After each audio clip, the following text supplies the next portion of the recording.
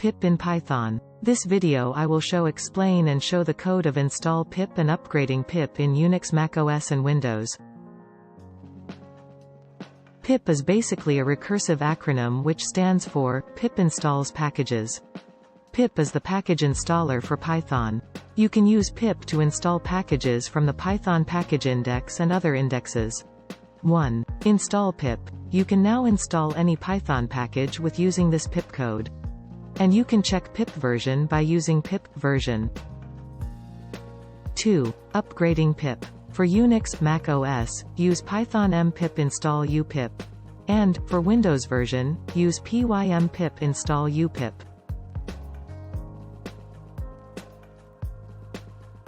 To install some pip packages, to install Numpy, use this code. Pip install Numpy.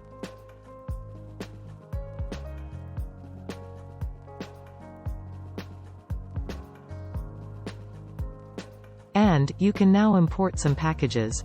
You can try import Numpy as np, list the directory and do some coding using these code.